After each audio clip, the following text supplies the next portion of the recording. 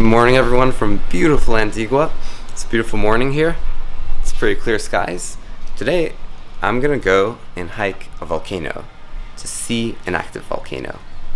To the right, you have Volcan Acatenango. To the left is Volcan Fuego, which means volcan fire. That to the left is an active volcano. That means it is constantly erupting. You can camp on the one on the right and see the eruptions at night. It is absolutely amazing. Now, normally this costs around $75. You can go with a tour company, but I'm gonna do it solo. And I'm gonna show you guys how you can also do it for cheap solo. All right, I got almost all my gear packed up. I just have to go shopping for food, right? So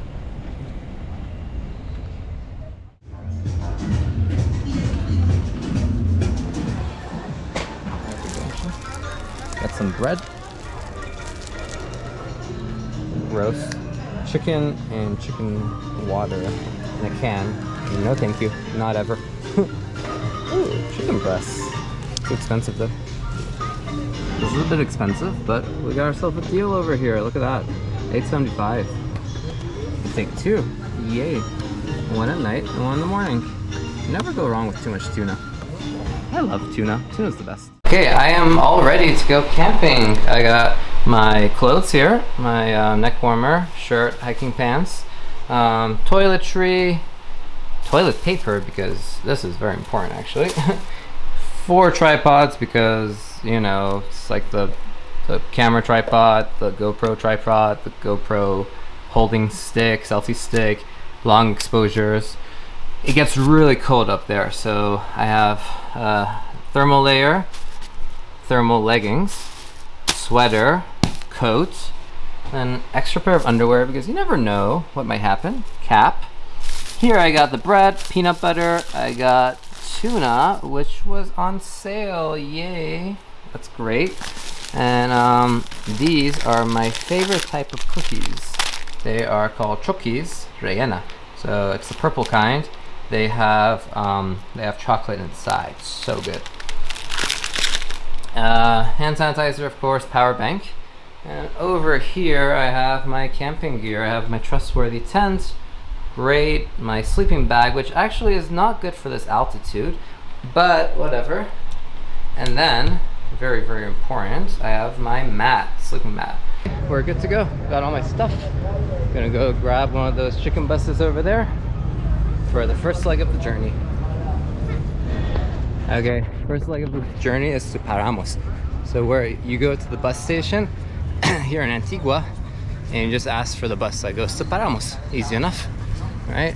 One of the things about using public transport here is that it sounds really confusing and scary, but they're so helpful. I mean, they know all the ways and all the places you're going.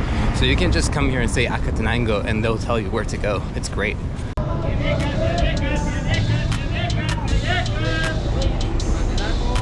Paramos.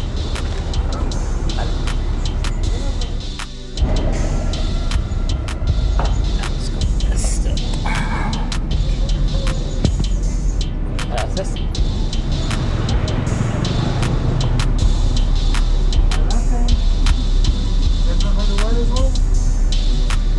Además de tarifa de la hora, sirve también para el personalismo.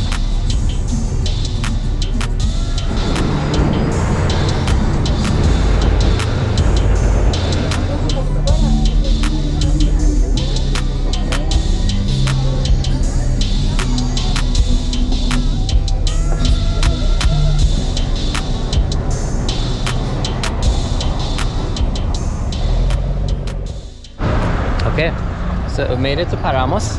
This is Paramos. Nice thing about chicken buses is also they drop you off in the city center in the main square, so it's nice. Now that's the direction I'm going over there. So I'm gonna walk to the corner and then I'm gonna take the bus or wait for the bus to Soledad. Now this is the bus that might take a little bit of time for it to come because it's a more remote village. Not that many people go. So it could take up to half an hour, 15-20 minutes. Let's see. La Soledad.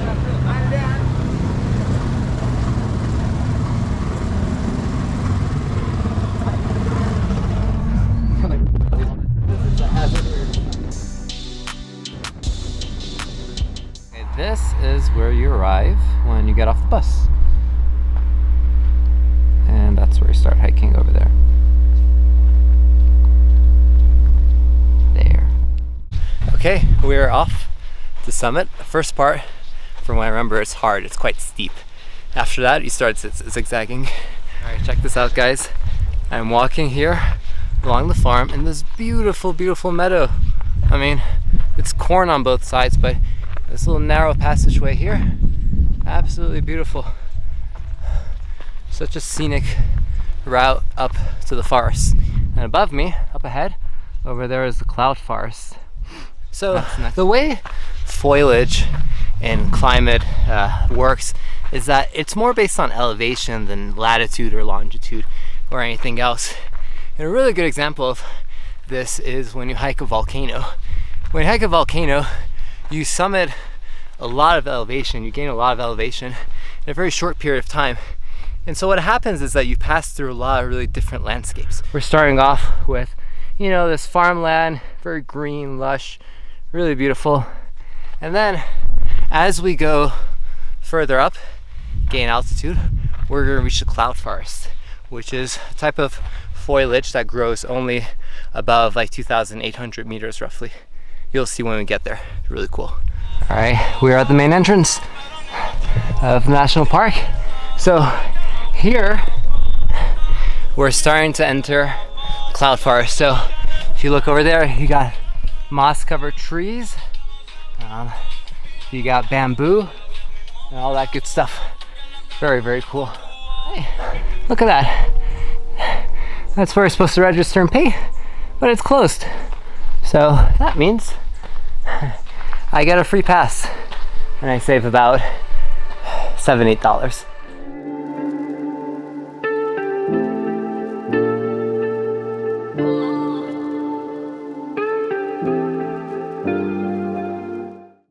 Alright, so if you look above us, all of this is beautiful cloud forest coverage.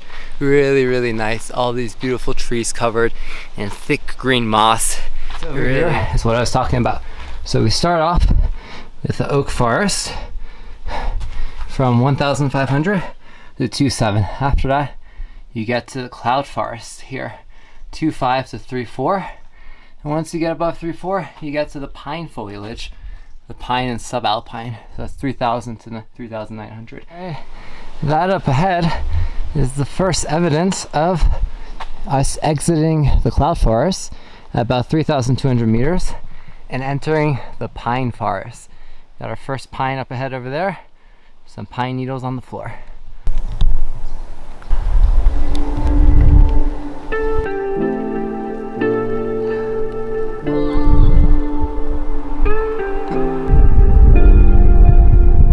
At this point, we're officially out of the pine forest and we're just on a volcanic slope. If you look behind me, this is all just gravel. Whoops.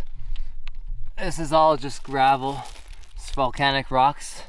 Nothing more, nothing less. Super interesting, huh? Okay, I don't know if you guys can hear it, but I can hear the volcano. Sounds like thunder, basically. Okay, we made it. So this is where the tourists sleep. They get a nice cooked dinner and they get everything, nice beds, generally warm. And that is where I'm gonna be sleeping.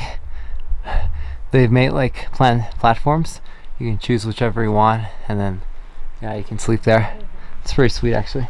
So let's go pick my bed, my free bed. Hello guys, welcome, greetings from my tent. I had to stop vlogging because it started raining, so I had to rush to set up my tent before my stuff got wet. And then yeah, as you can see, some of my clothes got wet. Now this altitude you don't want to be wearing wet clothes, so you know, luckily I had backup, so I wore those and yeah, we're good. But yeah, I actually was sleeping because the weather's not great. It's cloudy. Look outside, you can't see anything. This is fog. It's thick fog, which It happens, yeah. Hey, you guys, the weather's finally clear a little bit. I can get some shots, get some long exposures. Hopefully get some, maybe I can get a video too.